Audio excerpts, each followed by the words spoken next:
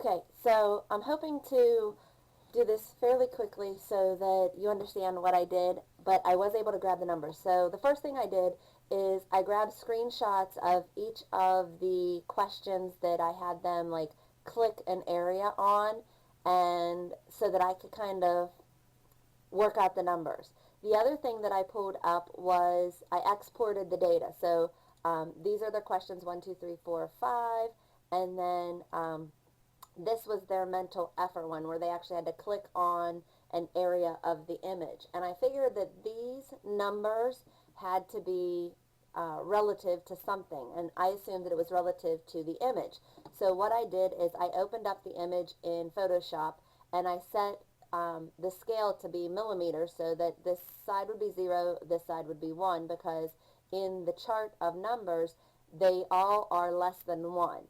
So I figured that if I could figure out a range, then I could figure out, I didn't care what the Y value was, because if they put their dot here or down at the bottom, it didn't really matter. So then I went through and I drug out these little blue lines so that they lined up for each of the lines on the screen. And I went up, so this would be 0. This one was 1.25, all right? And so the range for number 1 would be 0 to 0.125.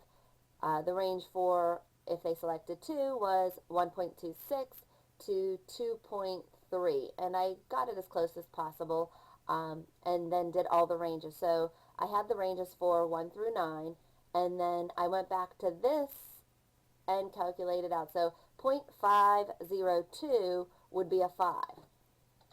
And I went down the columns and listed. So 2.98 would actually be a 3. And 7.17 would be a 7, and so forth. So I actually copied this screen and created this, all right? And going by the heat index, I then, to make sure, I grabbed each column. I know, I did a lot of steps here. And I inserted a scatter plot so that I could compare it to the ones here. So this is question 1. These are my ones. So there was only 5 ones. There was fewer 2s, and you can see from the picture, so there's more 5s than there were 2s. There were more 3s. There were 6 3s as you're going up. There were 5 4s, so 5 and 1 are pretty close.